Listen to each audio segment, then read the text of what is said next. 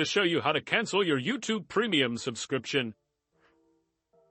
To start off, once you're in the YouTube app, you'll want to click your user icon at the top.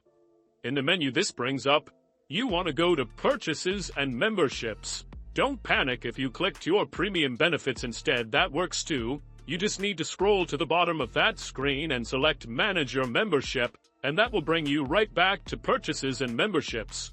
From here, select your premium membership from the list of memberships you currently have active, and the details of that membership and the payment methods attached to it will be displayed. Just click Deactivate to start the process.